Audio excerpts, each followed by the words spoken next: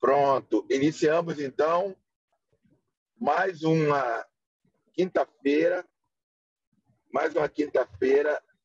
debaixo da proteção do Senhor, aprendendo a sua palavra com temas livres. E eu gostaria de agradecer aos irmãos que estão participando conosco, louvar a Deus pela vida dos irmãos que estão participando conosco e pedir ao nosso professor Wilton que, por gentileza, possa iniciar na pergunta 13, por favor, irmão Wilton. Sim. Você está com ela aí ou você quer que eu faça a leitura aqui? Por favor, pode fazer a leitura. Tá. Então, eu vou pegar aqui, está lá no grupo, você colocou lá. E eu vou ler aqui para os irmãos. A gente respondeu a 13 e a 14, lembra? Que é a questão da Lilith, né? E 15 pergunta assim: como entender que a serpente falava se não fosse uma pessoa? Essa questão da serpente, a gente até comentou um pouquinho na aula passada, né? O texto do Gênesis, principalmente essa parte do Gênesis 1 ao 11, ela não deve ser tomada de maneira literal. Ali era uma expressão, dentro da realidade que eles entendiam, nós podemos chamar de mitológica. Não como nós entendemos mito hoje, mas mito dentro da perspectiva bíblica, que era uma história que era contada, reunindo ali as tradições que haviam, para que pudesse ter um ensino moral, ter um ensino da tradição do povo. Então, assim como nós temos as nossas fábulas, a história da serpente também ela pode ser considerada nessa categoria. Não obrigatoriamente um animal ali falando para Adão e Eva, mas a identificação do texto como sendo uma fábula. A serpente representando ali os poderes babilônicos, o caminho ante Deus, tudo aquilo que eles procuravam ouvir como povo, que não era a lei de Deus, que não era a palavra de Deus. Então, aquilo era representado pela serpente e o que era de Deus estava ali na Torá, na lei. Então, a gente pode interpretar a passagem dessa forma, não exigindo que o animal literalmente falasse com eles. Tá ok?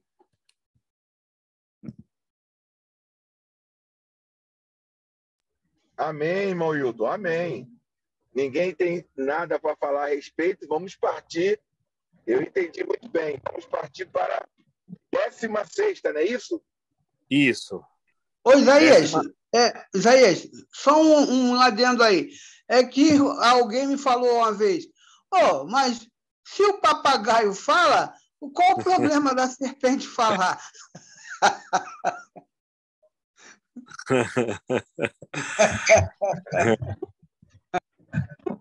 Exatamente. Aí já é uma abordagem mais técnica, né? Porque quem estuda essa questão biológica dos animais diz que o papagaio não fala. Ele não exerce a capacidade de fala, ele só reproduz. Ele reproduz, ele repete. Exatamente. Vamos lá, Wilton. Vamos lá. Boa, João. Então, boa. É a pergunta número 16. É assim. Há embasamento bíblico para A. Tomar ceia somente os batizados? B. Não poder se batizar quem não é casado legalmente? C. Mulher usar determinadas roupas, não cortar cabelo, não usar maquiagem? Então, assim, vou responder a letra A.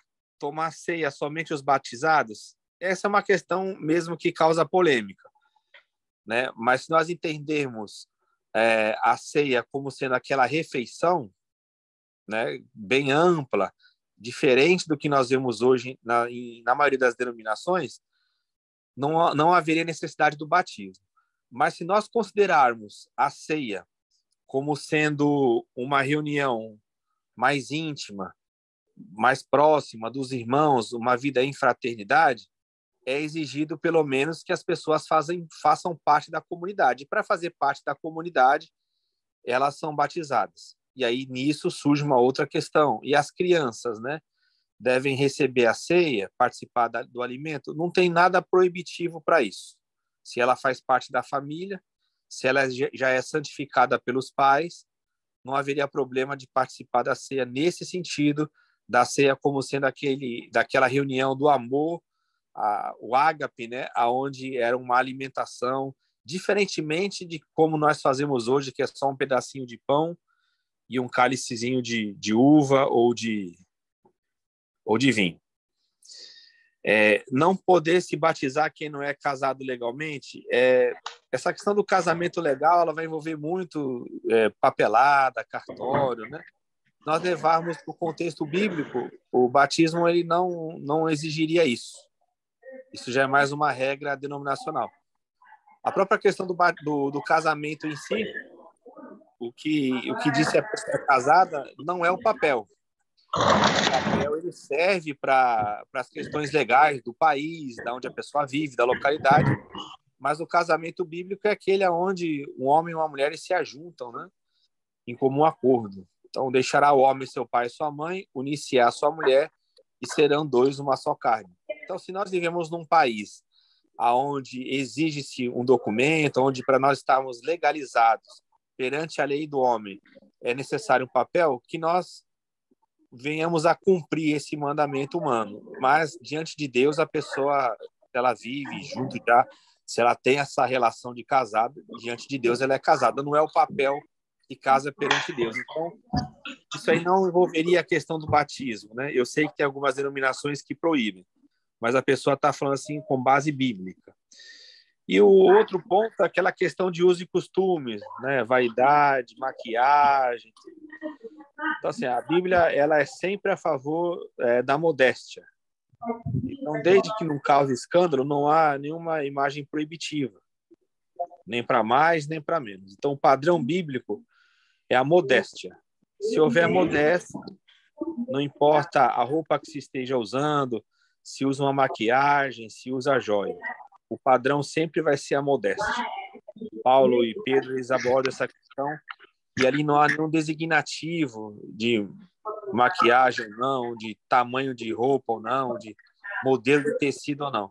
Apenas o uso da modéstia na virtude cristã. Irmão Wilton, eu queria fazer dois adendos na realidade, não seria nem adendo, seria dois questionamentos com relação à questão do casamento. Tá? Eu entendi muito bem a respeito. Agora, é muito interessante o que o irmão Wilton falou, porque isso quebra aquela questão de santificar o papel, né? De Sim. santificar o papel. Porque o irmão Wilton sabe me relatar, por exemplo, o que acontecia quando a Igreja Católica ela era a religião oficial do Brasil com os evangélicos que se casavam. O irmão Wilton pode explicar para a gente, por favor? Sim, naquela época do Império, né? Quem não fosse católico, não era somente com os protestantes, não. É quem não fosse católico, né? Não teria certidão de nascimento, não teria certidão de óbito e também não teria certidão de casamento. Então, aí eu pergunto, os casamentos que ocorreram naquela época, eles não foram legitimados por Deus só porque o Império não dava uma certidão, uma declaração?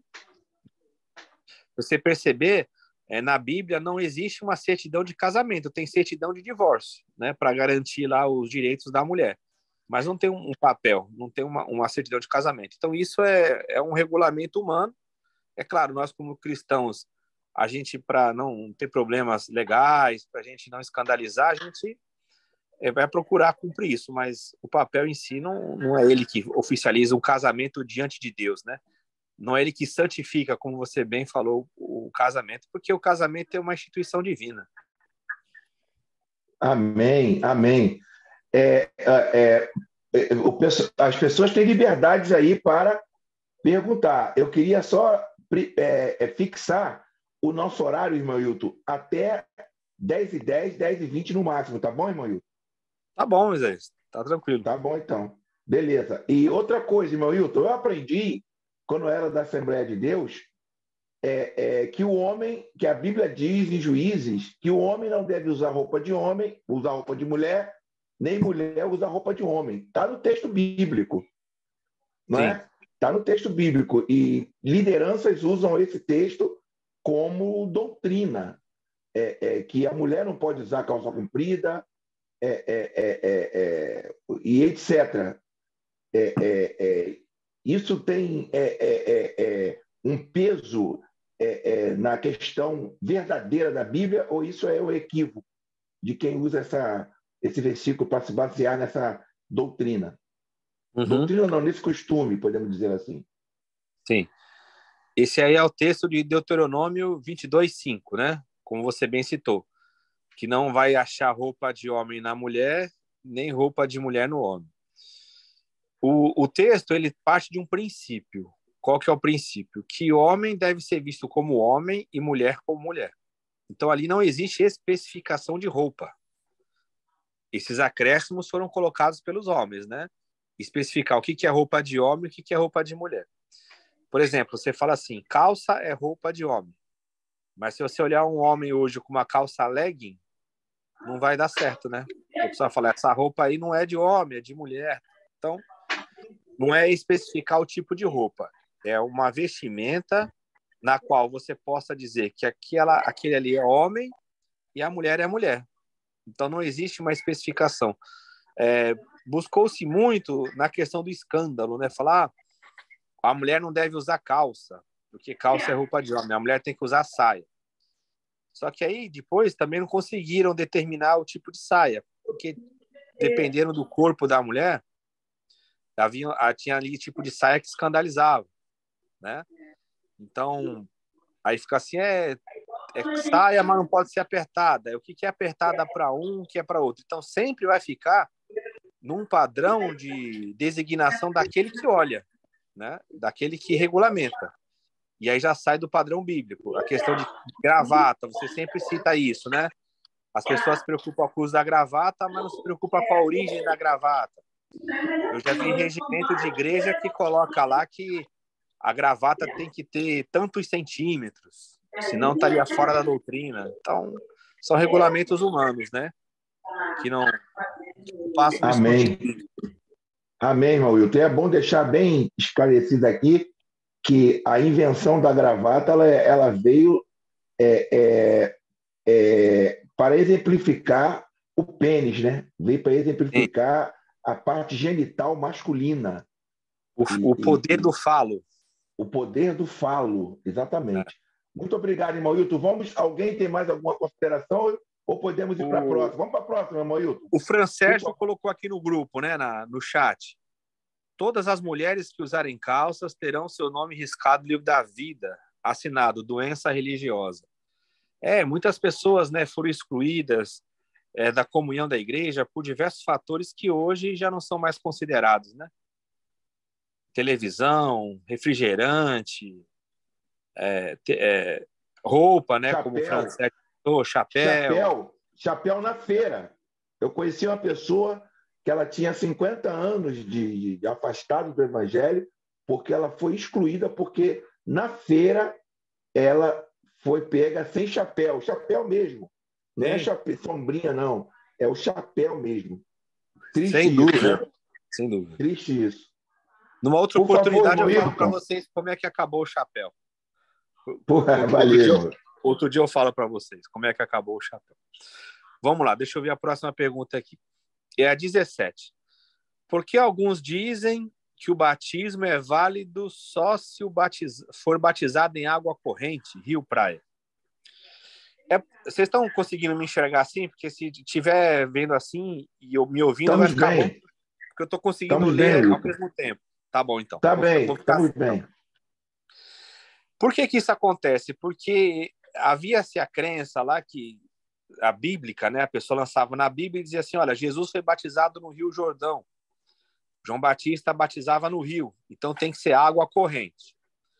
E aí dava o significado, a pessoa ia além do texto. De fato, o texto fala que Jesus foi batizado no rio, mas tem outros textos que podem ser usados para falar sobre batismo em casas.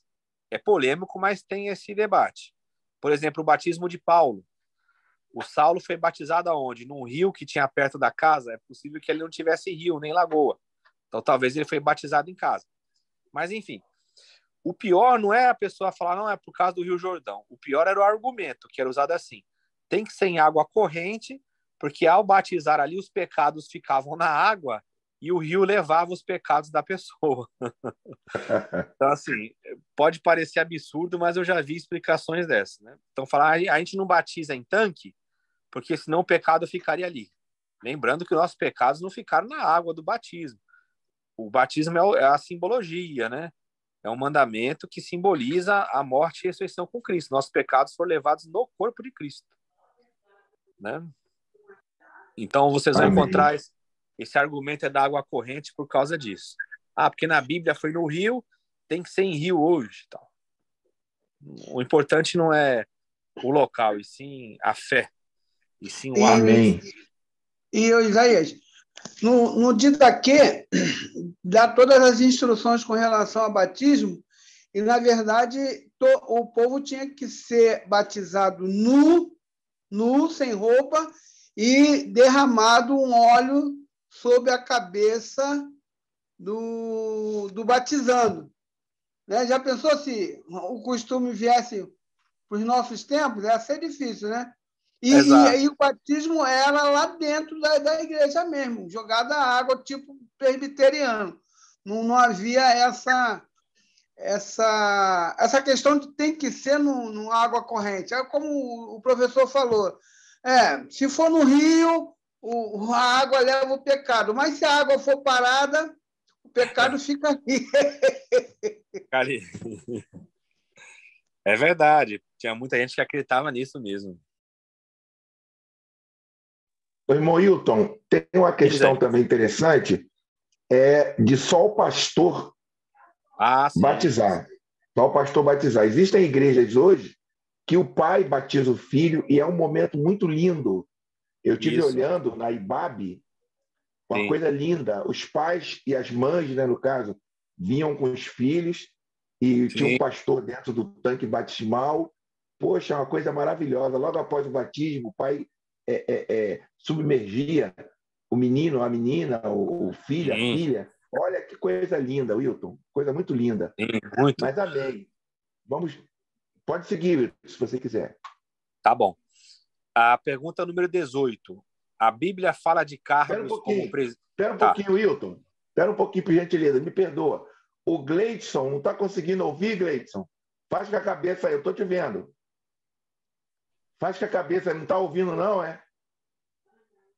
O Gleidson não está ouvindo, porque ele está só com. Ele está só com. Ele está só com a câmera, Wilton. Ah, sim. Ele está só com a câmera. Deixa eu passar uma mensagem rápida para ele aqui. Espera aí. Ele está perguntando se é preciso liberar. Não, entrou na sala, já está liberado. Só se for alguma coisa concernente à configuração dele, né? Ali em cima tem algumas informações. Tem como mandar para ele aí, Wilton? Tem como mandar para ele essa mensagem? Ele não está ouvindo, né? Não está ouvindo, Tá, eu vou escrever aqui no chat. Estou escrevendo para ele se ele pode verificar na configuração dele. Isso.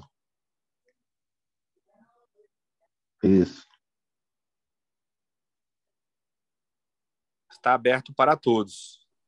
Né? Pode ser a configuração dele. Isso. Vamos lá, para a próxima pergunta. Tá. É a pergunta 18. A Bíblia fala de cargos como presbítero, evangelista, ancião? Senão, como surgiram as nomenclaturas? A Bíblia fala acerca das funcionalidades no corpo, né? Principalmente lá em Efésios 4, que é o texto mais citado, Efésios 4, 11. Lá fala de apóstolos, pastores, evangelistas, doutores, né? Então, o que significa isso? São as funcionalidades no corpo. Não, erroneamente, a gente chama de cargos, né? Muita gente chamou de cargo. mas não tem a função, não seria um cargo eclesiástico, porque no corpo de Cristo todos nós somos irmãos. Ali fala-se de funcionalidade, é o exercício do serviço da pessoa no corpo de Cristo. Essas nomenclaturas, elas vão surgir nessa categoria que a gente conhece, de acordo com o regramento de cada denominação. Então, lá estabelece, né? Eles chamam de ministério, o corpo diaconal, né? A hierarquia que eles colocam. Então, vai classificando as pessoas como se fosse uma escada hierárquica. O pessoal começa lá como membro, auxiliar de trabalho, diácono, presbítero, evangelista, pastor, bispo, apóstolo, pai apóstolo, profeta apóstolo, arcanjo apóstolo, até chegar em arcanjo Deus, né? Mas isso aí não tem essa divisão, não. No corpo de Cristo são funcionalidades que são reconhecidas pelos próprios membros da igreja, e a gente vê o dispensar do Senhor em cada vida. A gente não tem que ficar chamando a pessoa pelo título que ela exerce lá, né? Mas todos nós somos chamados de irmãos. Jesus fala isso lá em Mateus 23, comparando lá com os fariseus, né? Com os gentios, lá com os dominadores desse mundo. Jesus fala que nós seremos tratados como irmãos, né? Então, não tem necessidade de chamar de pastor. Às vezes a pessoa fala, mas é por educação. Não é isso no corpo de Cristo que mostra educação. Educação no corpo de Cristo é a nossa comunhão, né? Nós devemos nos tratar como irmãos, independente da funcionalidade de cada um. Amém, irmão Hilton. Vamos para a próxima. Ou tem alguém que tem alguma outra? Vamos para a próxima. As pessoas podem se manifestarem aí à vontade, tá? Por favor. Sim. É a 19. O pastor é o anjo da igreja? É ele que irá apresentar as ovelhas a Deus? Boa pergunta. Eita, essa aí é boa. Essa questão ela surge em função do Apocalipse, né? No endereçamento das cartas. Quando diz assim, ao anjo da igreja em... Aí vem a cidade, Éfeso, Esmirna, Sardes, Pérgamo, Tiatira, Laodiceia, e a igreja que é o padrão, que é Filadélfia.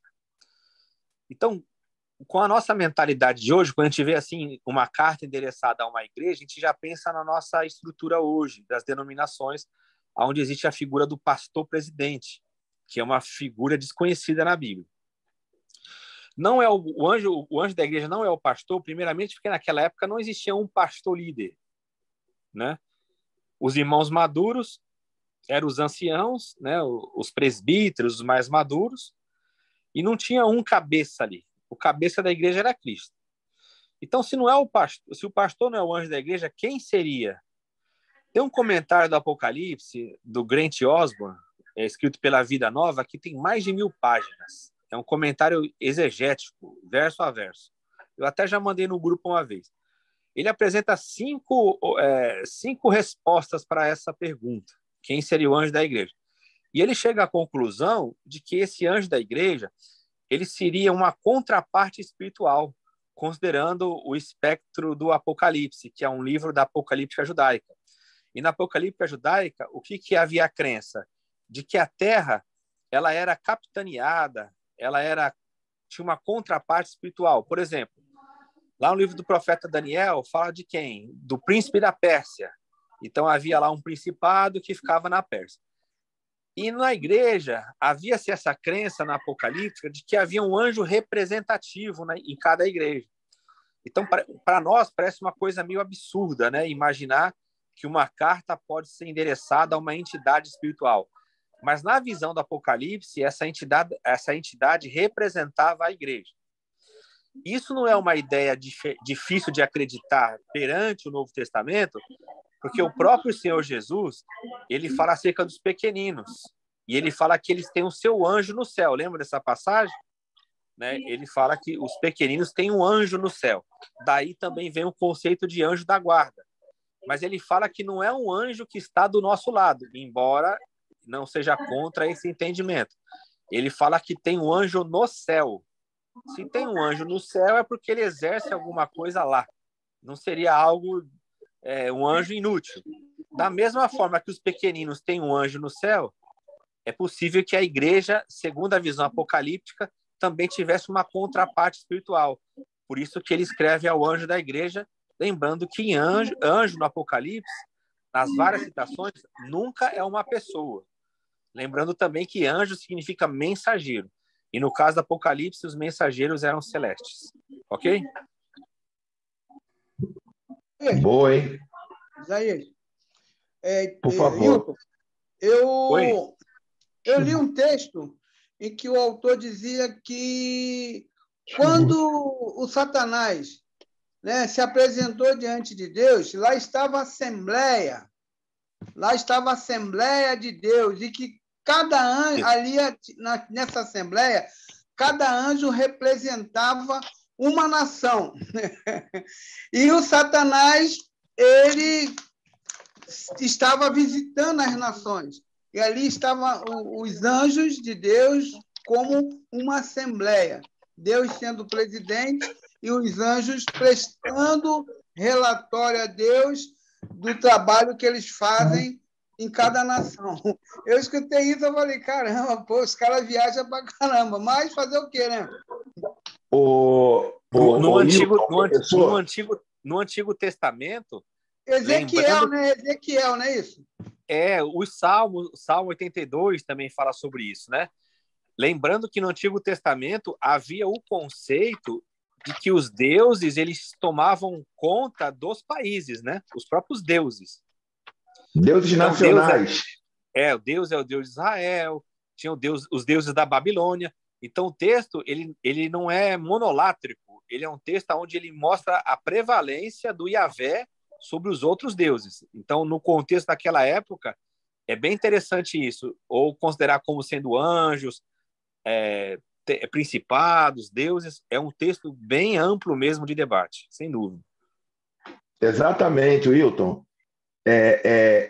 Por isso que nós, agora sim, fazendo um adendo, né, nós não podemos esquecer de que o texto de Davi, em Salmo 23, se eu não me engano, né, feliz é a nação cujo Deus é o Senhor, ele está falando de um Deus nacional com relação às outras nações.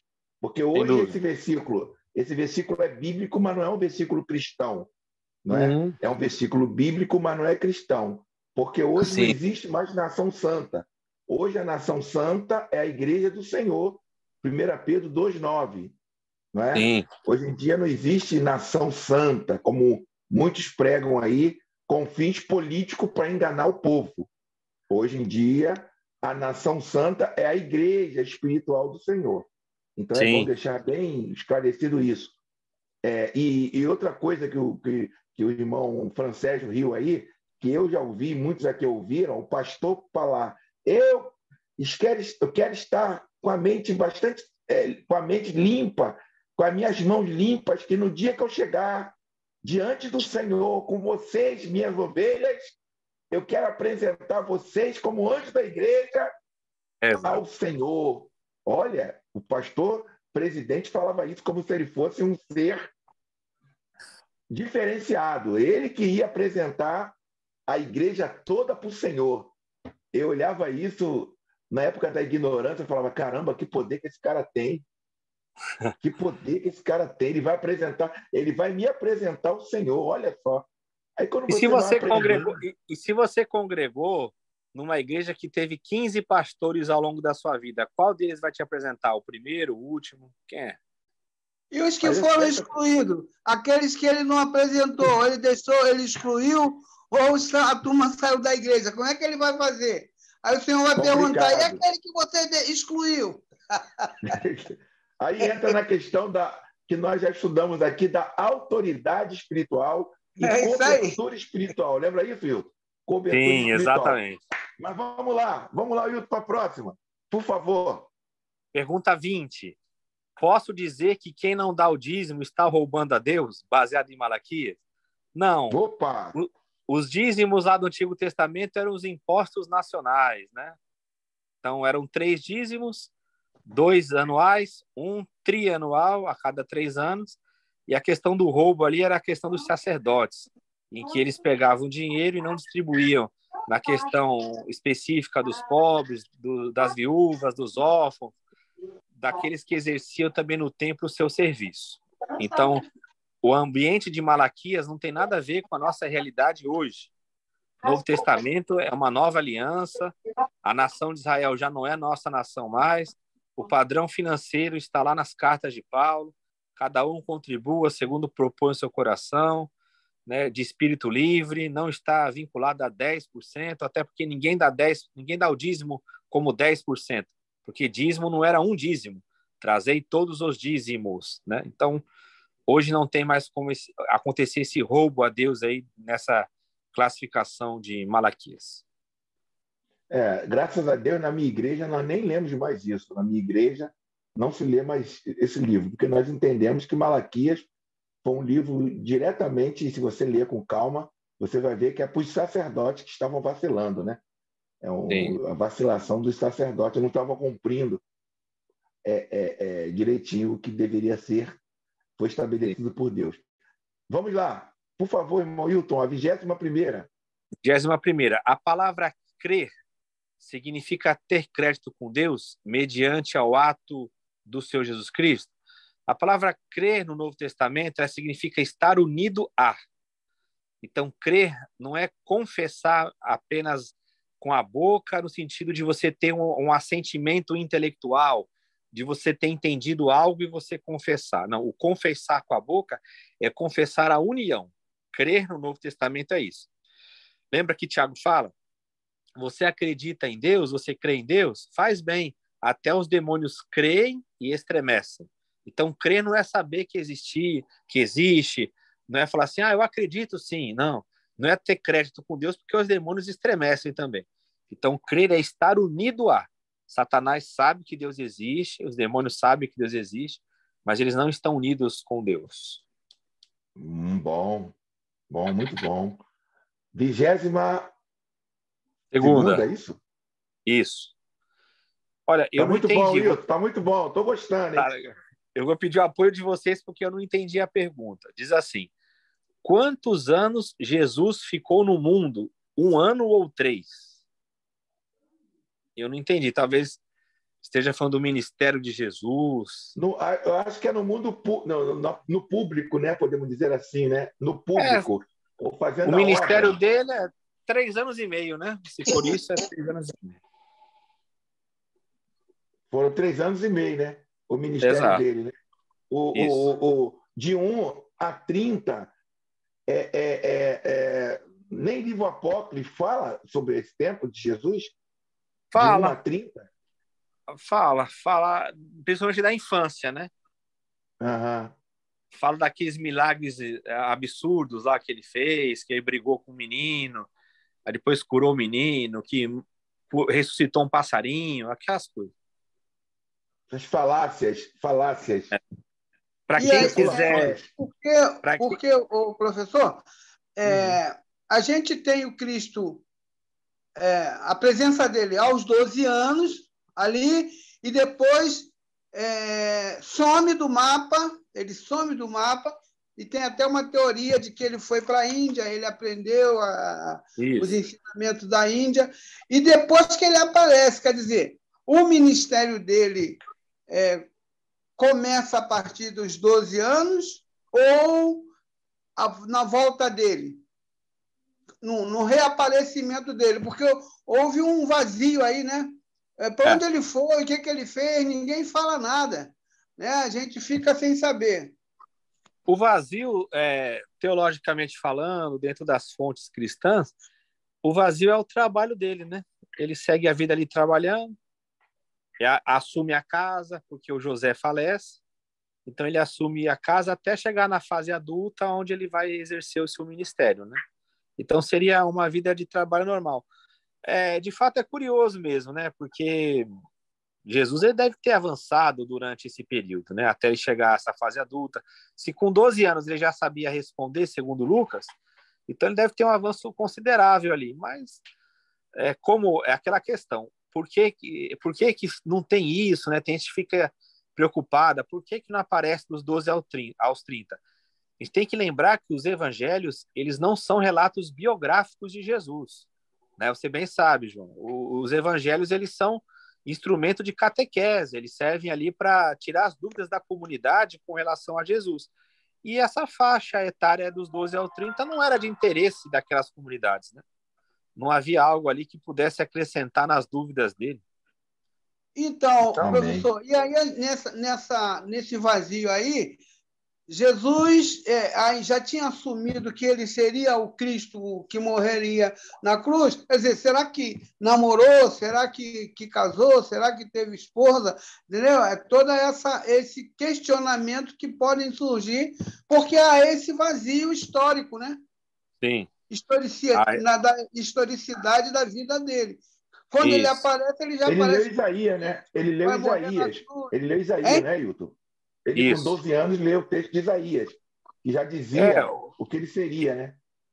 Ele vai citar isso lá em Nazaré, lá no início do ministério dele, mas é bem possível que ele tivesse consciência disso. Por quê? Porque o texto, quando você lê em Lucas, quando dão o rolo do profeta Isaías, a palavra grega ali é que Jesus ele procurou o texto. Então, não deram esse texto para ele ler. Não foi um texto de leitura simples. Eu chegar e falar assim para você, Isaías, lê esse texto aqui para nós. Aí você vai lá e lê o texto. Não foi isso. Deram o rolo do profeta e ele procura ali. Então, com certeza, ele já tinha consciência desse chamado. Agora, quando isso ocorreu, a gente não sabe, né? Como eu falei, o evangelho não é exaustivo. Ele só relata aquelas coisas que são interessantes para as comunidades da época. Amém. Vamos seguir. Qual o próximo, 23. 23ª. O casal do caminho de Emaús mostrou uma ideia de fracasso? Sim, mostrou. Eles estavam ali fracassados, igual os discípulos, que não entenderam o interessante da passagem é que eles só vão reconhecer Jesus no partir do pão. Mesmo ali andando com Jesus, eles não reconhecem. Quando eles repartem o pão em comunhão, eles reconhecem que é o Senhor. Aí o Senhor some. Por quê? Porque na comunhão da igreja que você reconhece Jesus, não mais vendo, mas dentro dos irmãos, né? Então Jesus ele some ali quando o partir do pão é feito. É interessante isso aí. Eu, quando li esse texto, eu imaginava que fosse no gesto, no gestual, né, do pegar o pão e etc. Mas você está dizendo que não foi no gestual, né? É na hora da comunhão.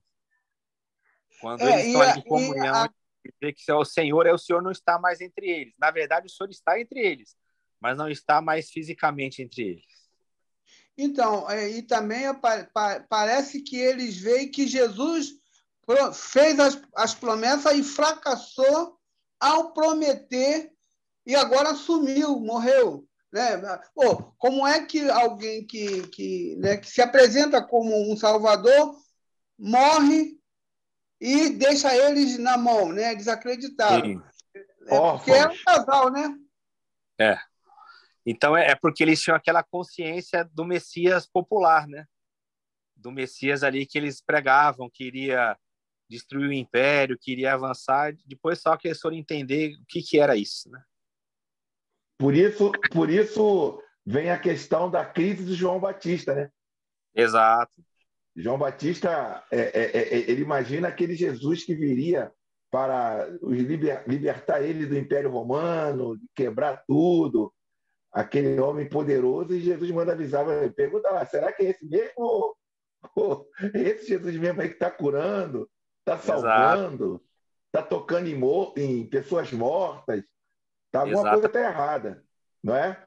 Interessante. Mas Jesus era discípulo de João Batista. Jesus era discípulo de João Batista. Ele aprendeu muito com João Batista. É uma questão interessante essa. Ele era discípulo de João Batista ou ele tinha, ou João Batista tinha os seus discípulos, Hilton? Por que as pessoas falam que Jesus era discípulo de João? Porque ele se submete ao batismo. Então, João era mais velho, ele se submete ao batismo, e se submeter ao batismo é você aceitar a instrução daquele rabi, daquele mestre. Mas aí o texto ele faz uma inversão interessante, né? Porque na hora do batismo, o próprio João ele não aceita isso. Então é bem interessante esse debate, que o próprio texto ele já é colocado como a contraparte disso. O João Batista ele não aceita esse reconhecimento de Jesus. Ô Wilton, Oi, falando, Francesco. aproveitando esse gancho aí de João Batista, chega a ser impactante, né? Aquela ação de João Batista quando ele é preso, né? E ele fala, cadê, né?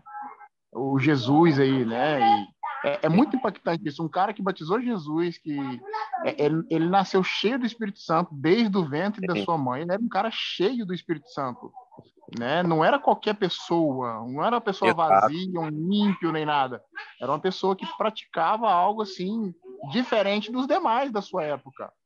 Sim. E em segunda parte, que eu queria que você falasse alguma coisa, era para João Batista ser sacerdote, porque ele era filho de sacerdote. Quando ele nasceu, estava tudo corrompido. Ou ele fugiu ou algo do tipo. Uhum. Então, a primeira questão que você colocou é muito interessante também, porque é um grande exemplo para nós.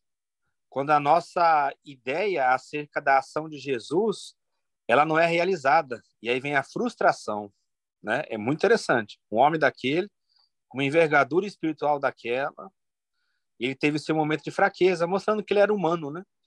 Lembrando também que quando Jesus faz a defesa dele, Jesus fala que dentre os nascidos de mulher, não tinha ninguém igual João Batista. E se nós pararmos para pensar, Jesus também era nascido de mulher, né? Mas o que ele mostra é que no reino, o menor é maior do que João, porque a lei e os profetas vão até João. E os que entram no reino são superiores a João nesse sentido, porque eles não nascem de mulher, especificamente, né? Eles também nasceram de mulher, mas eles tiveram um novo nascimento. Nasceram do Espírito. Isso.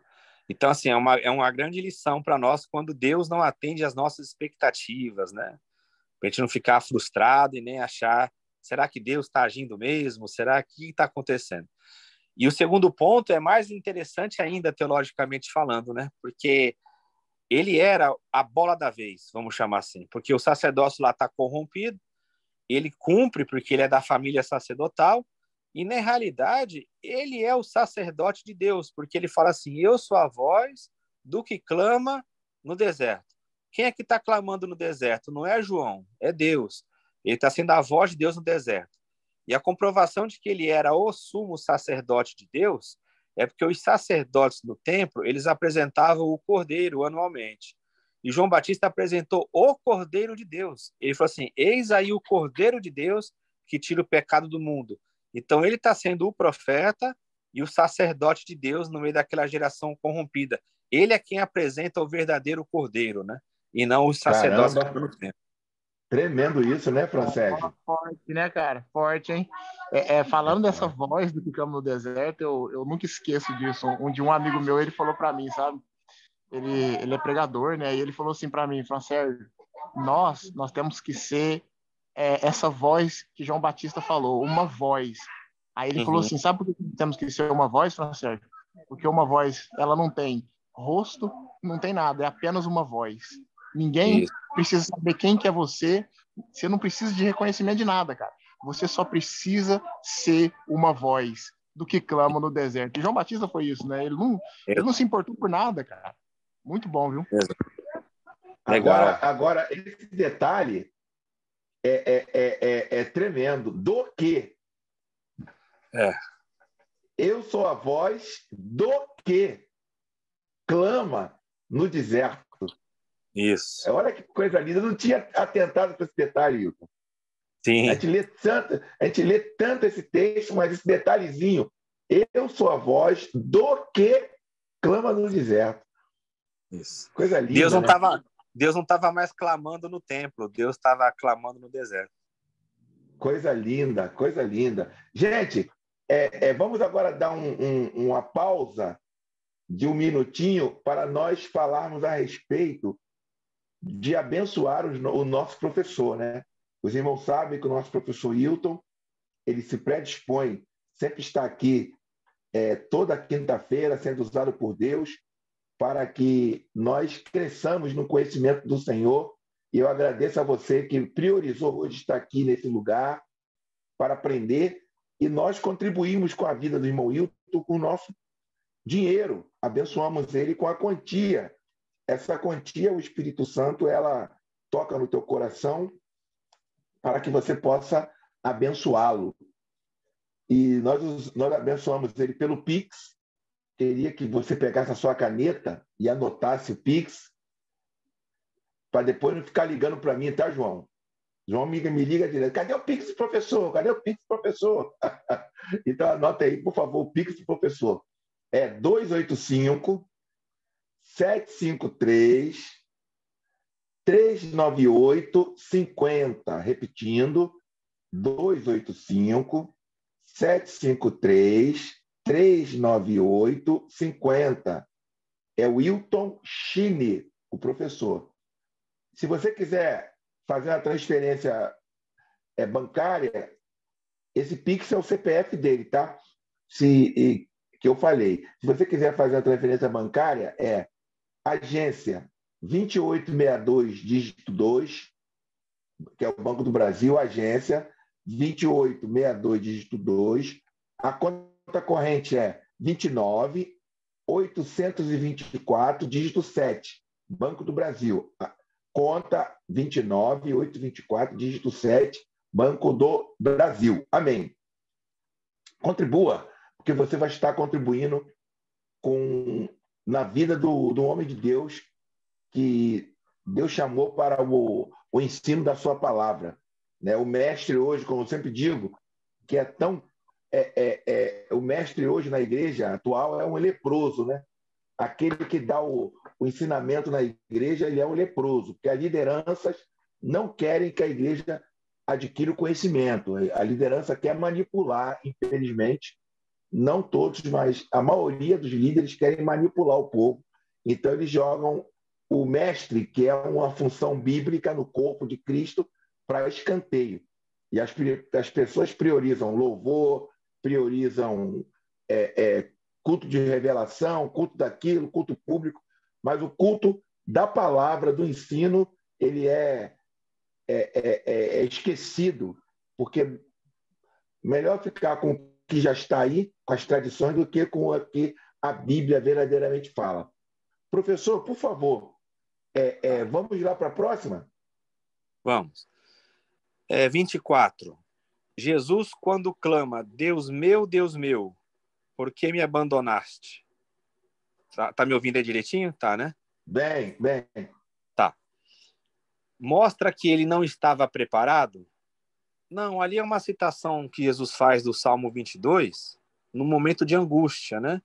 Naquele mistério da separação de Deus, onde os nossos pecados são lançados sobre Jesus e ele sente essa dor da separação, né? A dor do pecado. Então, não é que ele não está preparado, ele sofre como homem, ele tem uma angústia muito grande, todos os nossos pecados estão sobre ele, então é um grito de desespero, é um grito de dor, né? Não de não estar preparado, até porque ele sempre disse que era para aquela hora que ele havia de vir ao mundo, né? Era a missão dele. E graças a Deus por isso. 25. Oi, Zé. Irmão Hilton, só uma pergunta que eu gostaria de fazer, lembrando que os irmãos têm liberdade para perguntar, tá? O irmão Hilton responde, eu dou aquela espremida a mais. E quando ele disse assim, irmão Hilton, pai, se possível for, passa de mim esse cálice. Ele está querendo botar o Hilton no lugar dele? Bota o Hilton aí, senhor, no meu lugar, bota o João. É isso que ele está querendo. Logo após, o irmão Cleidson tem uma pergunta também. Por favor, irmão Hilton. Se fosse o medo da dor física, a gente já poderia dizer que tiveram ali alguns discípulos que foram mais corajosos que Jesus, né? Porque se ofereciam para morrer, e até hoje tem gente que se oferece. Então, o cálice ali, que ele não queria provar, era o cálice da separação do Pai. Não era o cálice da dor física, embora a dor física fosse grande. Mas não era isso. O cálice era o cálice que ele ia ter que tomar, que é esse cálice do valor, do preço dos nossos pecados, né? Era a separação do Pai. não a dor dos cravos, que gera uma Bom coisa isso aí, muito hein? grande. Muito profundo isso aí. Por favor, Cleiton. A paz, meus irmãos, e aí? Bem, seu objetivo ligeiro aqui é essa dor, pastor, perdão, essa separação seria a parte Deus não tendo contato com o pecado e a parte carne tendo que sofrer na própria carne o pecado humano? Seria essa separação? Em tese, sim. Mas isso é um mistério, né? Porque Sim, a gente não consegue separar essas duas naturezas assim é. simplesmente, né? É. Então, Até porque isso Jesus não ficaria nenhum é, momento sem o Espírito de Deus, nenhum momento não sendo. fica. Mas, assim, Então, em tese seria essa ideia, né? Mais ou em menos tese isso, né? era isso. Assim, ó, eu não vou ter esse contato com o pecado, porque sendo Deus eu não tenho contato com o pecado, não me contamino. Isso. Mas, O ao que mesmo faz tempo, sendo separação entre homem, eu nós e preciso Deus é o sentir a dor pecado. humana. Isso. Entendi. Isso aí. Ele não deixou de ser Deus ali, mas ele não tinha comunhão, né? A gente pode dizer assim, a comunhão é rompida. Não que ele deixou de ser Deus, mas a comunhão é rompida. Mas como é que você vai romper a comunhão de alguém que é íntimo seu, que faz parte da sua natureza? É um mistério mesmo. Justo, é um Não mistério. tem como explicar em linguagem humana, nem a encarnação, né? Você vê que Paulo fala assim, grande é o mistério da piedade, Deus se fez carne. Já é um grande mistério. Cristo é a igreja, a encarnação, e também a morte de Jesus é um grande mistério. É um grande E Verdade. mistério. muitos dizem que ele virou o rosto. Tem, né? É baseado em Isaías 53. Isso. Isso. Mais alguma coisa, Cleiton? Ok, vamos para Tranquilo? frente. Tá bem, muito Vamos bom. pra frente. Obrigado pela participação. Mas Legal. vai a próxima, Milton, por favor. Ô, Isaías, Oi. como é que a gente entende Deus morrendo na cruz na pessoa de Jesus Cristo? Aí Deus morreu. É igual o filósofo falou lá, o Nietzsche. Deus está morto. É lógico que não foi nessa ideia aí. Mas como é Sim, que a sim. gente entende isso? Não tem como entender, né? Porque o Paulo ele declara, ao mesmo tempo, ele declara assim: Deus estava reconciliando em Cristo o mundo consigo mesmo, né? Deus estava em Cristo. Então tem uma dimensão de Deus que estava em Cristo. Não o ser de Deus morrendo como deixando de existir, né? Mas o morrer como assumindo o preço pelos nossos pecados, porque o salário do pecado é a morte. E a morte toca em Jesus, só que a morte não prevalece sobre Jesus, né? Porque a morte não vence a vida. E ele não tinha pecado, mas ele carrega os nossos pecados. Por isso que é um mistério, né? Os É um pais da mistério, igreja né, diziam cara? que se você entrar nisso aí, você entra num labirinto e não sai nunca mais. É verdade. É verdade. Eles Amém. tentaram entrar nisso aí e criaram um punhado de grupo, né, Will? Exatamente. Né? Exatamente. Não, e tem Vem coisa Vamos que a lá para a gente não próxima, precisa Milton. responder, né? as O divisões, as nome, heresias vêm daí, exatamente. e o nome, Tem como gente já que disse, fala que é que mistério, né? Não e precisa mistério, responder, né? Não precisa a gente ficar exato. tentando resposta. Tem gente que vai dizer que Jesus deixou de ser Deus ali. Tem outros que vão dizer que Satanás entrou no corpo de Jesus. Enfim, é que nem o Francérgio falou. Surge um monte de grupo ali por causa disso. Amém. Vamos para a próxima, Wilton. Tá acabando já. 25. Que paraíso que foi esse que Jesus prometeu para o condenado da cruz? É interessante porque é a única vez que Lucas usa o termo paraíso ali, né? Ele está fazendo um relembrar, né? É bem interessante isso, porque o homem que era justo, que era perfeito, porque ele pecou, ele foi expulso do paraíso. E agora um condenado na cruz recebe o paraíso de volta. Então isso é para mostrar a graça de Deus, né? O que era perfeito caiu e foi expulso. O que estava condenado foi redimido e entrou no paraíso. O paraíso ali é a vida divina, né? O paraíso como sendo o local onde Deus estabeleceu que o homem vivesse. Hoje a gente não pode ficar querendo um paraíso identificatório, geográfico. A Bíblia fala do paraíso na restauração. Então, a gente pode dizer que paraíso é o ambiente que Deus criou, que deu as delícias para o homem viver, e isso, na realidade, vai apontar para Cristo, porque o mais importante ali no paraíso era a árvore da vida, que nós vamos receber de volta, e Cristo é a nossa vida. Então, ficar disputando aqui geograficamente se o paraíso está no céu, se ele vai descer, não é o que estava lá no texto. O texto queria fazer só um comparativo. Quando o homem perdeu o paraíso e quando o paraíso foi restaurado para o homem naquela cruz. Interessante. Eu não podia deixar também de lembrar os irmãos sobre a pergunta anterior, que o Hilton citou en passant aí, Salmo 22, né? Sim. Salmo 22 fala muito sobre o sacrifício de Cristo na cruz. É um salmo que foi escrito 1000 anos por Davi, 1000 anos antes do nascimento de Cristo e 400 anos antes da morte de cruz. Então, se os irmãos puderem ler depois, Salmo 22 é muito interessante. E essa questão que o Hilton falou, é interessante que nós temos que observar que os dois presos, os dois que estavam na cruz, eles zombaram de Jesus, os dois. Né? Os dois zombaram. Tem gente que pensa que foi só um, mas os dois zombaram. Só que chegou um tempo que um viu assim, poxa, esse cara aqui, ele não merece isso. Um conseguiu. Tremendo, tremendo. Mas vamos lá, professor. A próxima. 6. Faltam só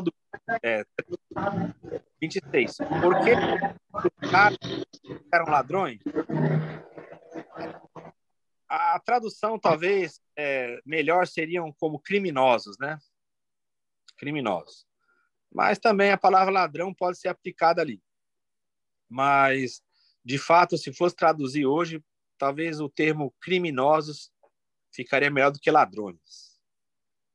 Né? Né? É uma questão aí de tradução. Ô, Hilton, e tem um detalhe aí, já que nós estamos falando, que é bom ressaltar aqui, que eu creio que muitos não pegaram esse detalhe, é que Jesus ele foi preso, ele foi a julgamento, deve ter comido mal, dormido mal, e ele levado para falar com Pilatos, espancado, etc. Então ele está hiperdebilitado. Não é? E eles pegam dois presos, que a história não diz que eles foram espancados de maneira nenhuma. Não é? E eles são colocados com Jesus na cruz. Então eu vejo dois presos inteiros e um Jesus mais castigado. E a Bíblia diz que o período e que eles ficam na cruz é de 6 a 9 horas, não é isso? É de 6 a 9, ou de 5 a 7. Jesus, 6 horas. Não é isso? Jesus, 6 horas, isso. Chega um momento que o sangue de Jesus já foi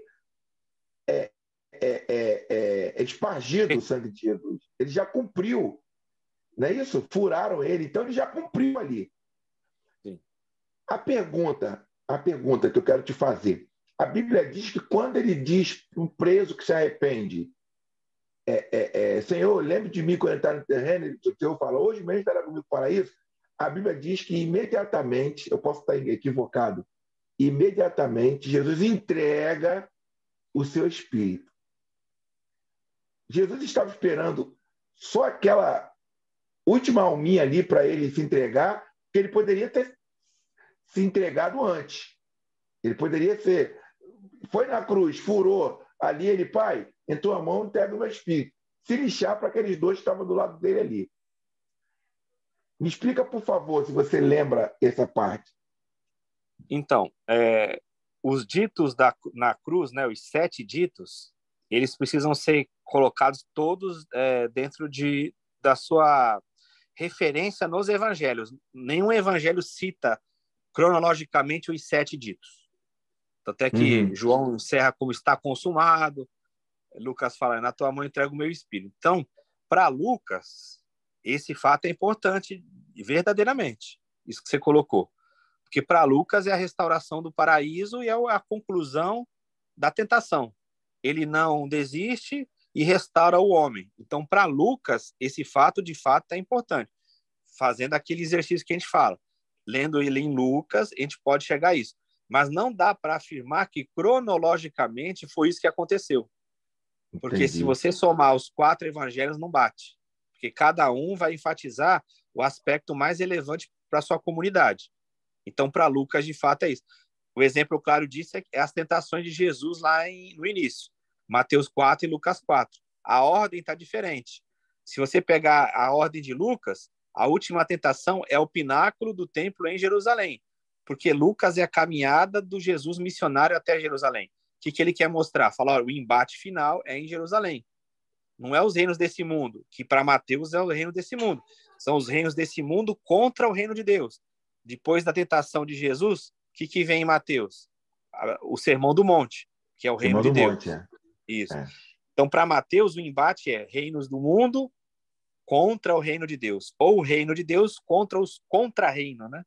Agora, para Lucas, não. Para Lucas é a tentação mesmo de Jerusalém, e ali a gente pode ver que é a restauração do paraíso não para a classe sacerdotal, não ali para o templo, mas para um condenado que recebe Cristo como seu Salvador. Amém, amém. Vamos para a próxima, a última? Pois aí, Penúltima.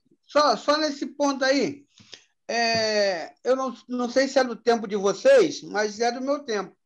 O filme Última Tentação de Cristo, não sei se é do Scorsese ou Zeffirelli, não sei. Zeffirelli.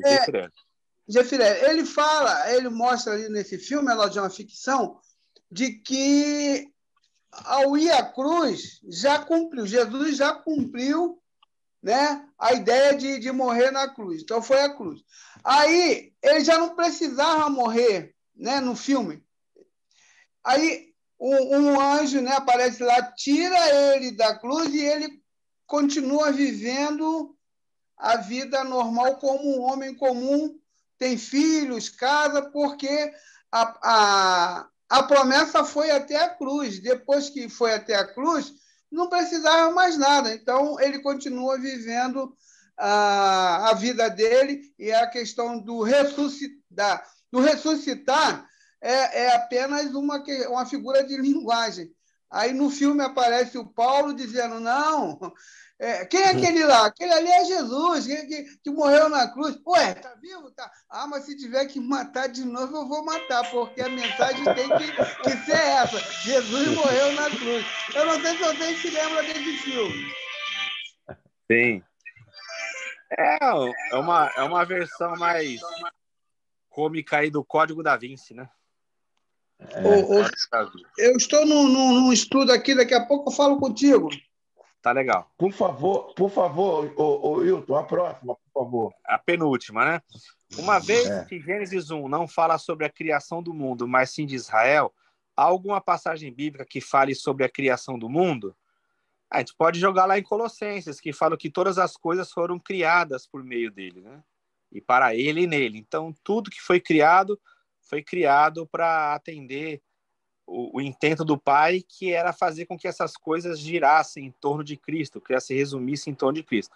Então, não tem uma passagem específica, mas tem a passagem que fala das coisas criadas de uma maneira geral. Hebreus também fala que os mundos foram criados pela palavra de Deus. Então, tem passagens que abordam que todo o princípio da criação estava em Cristo. Amém. É a última, Hilton, agora? Agora é a última. Fala quem mandou essas últimas aí, sabe quem foi? Quem? Sheila. Depois ela vai ver. Participei de um casamento dia desses, na praia, onde não houve a presença de um padre ou pastor, mas de um cerimonialista, e esse disse que foi padre e durante toda a cerimônia religiosa, entre aspas, falou de Deus, de santos católicos, de acender vela para São Pedro, porque a chuva tinha parado, falou sobre chakras, etc. Depois da cerimônia, eu vi uma pessoa dizer que ele era o próprio Satanás, ou que estava sendo usado por ele. É certo afirmar isso? Tem gente que vê o diabo em tudo, né? Só não vê onde o diabo está mesmo. Era a crença dele, da pessoa que está fazendo a cerimônia, né? A pessoa ecumênica não, a pessoa mística, né? Uma pessoa ali que faz uma junção de todas as ideias, né? Fala de santo, fala de chácara, fala de São Pedro para Frei Chuva, então fez uma miscelânea ali, né? Agora, dizer que é o próprio Satanás é complicado afirmar isso. Terminamos, Hilton? Terminamos. Amém. Agora tem aquela pergunta, qual o próximo tema? Então, algumas pessoas tinham me pedido para fazer mais uma aberta, mais uma de perguntas. Tá. Né? Show. Eu falei assim, tá bom, Isaías, porque aí ficariam 3 mesmo, né? Fechariam mesmo. Então, acho que pode ser mais... Vamos fazer, então, na próxima, outro tema livre. Beleza. Tema livre. A última do mais tema perguntas. livre. Eu já tenho umas 5 perguntas aqui para você, hein? Eu já tenho umas 5 perguntas para você, hein, João? O Cleiton também vai mandar as perguntas lá, o Cleiton. Tá. Vai mandar umas perguntas boas para o próximo para quinta-feira que vem. Então, eu gostaria de agradecer aos irmãos. Ó, o contador do reino chegou aí.